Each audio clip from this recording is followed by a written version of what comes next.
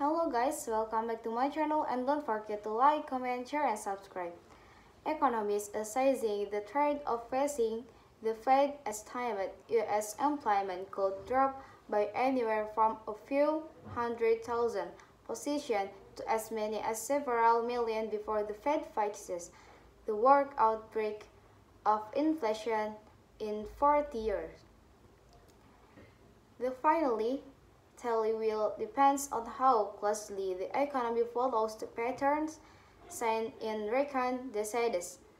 To what extent things like improved global supply chains help lower inflation and how strict the Fed is in inflation is to present inflation goal, with the central bank's preferred inflation measure currently increasing at a more than a 6% annual rate. Joe Braziler, chief economist at RSM, a US-based consulting firm, estimated it would take 5 million lost jobs and unemployment rate of 6%, substantially above the 3% seen in August, to lower inflation to 2%.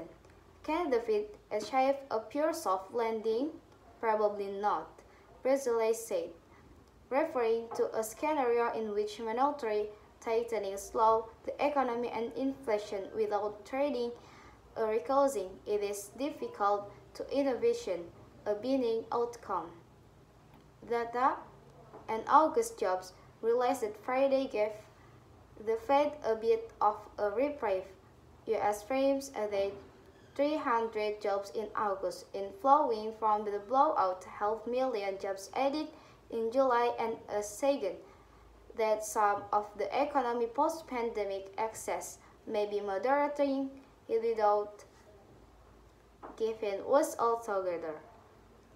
In addition, the number of people in the labor force surged by nearly 800 to a new record high. A dynamic Fed official have been banking on the easy wage pressures over time because many of those new entrants had yet to find a job. The unemployment rate rose to 3% from 4% in increasing Fed, and other officials are likely to see as contractive signs. It indicates a greater supply of people willing to take jobs if offered. I don't mean saying an uptick in unemployment.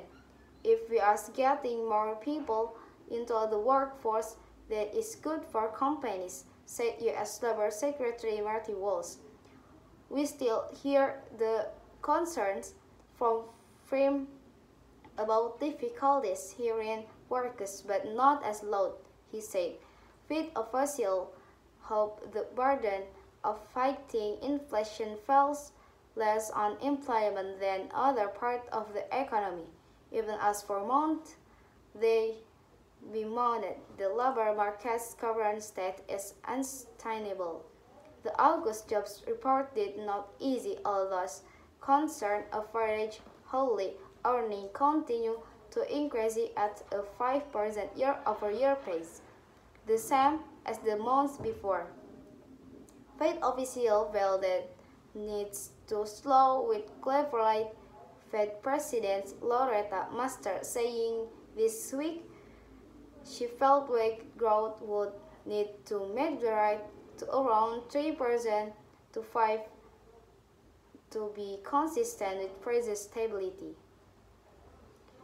Unprecedented, Fed officials have been less specific about what will bring things into balance, with some of the working ideas request U.S. job markets to act differently than they have in the past.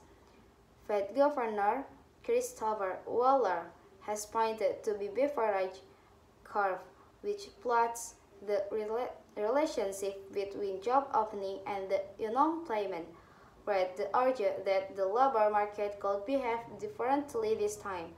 The current ratio of 2 job openings for each unemployed person is a record high, typically when the job vacancy rate falls, the unemployment rate rises as it becomes harder for job seekers to find a match. But well argues. Okay, I think that's from me. Thanks for watching and don't forget to like, comment, share and subscribe.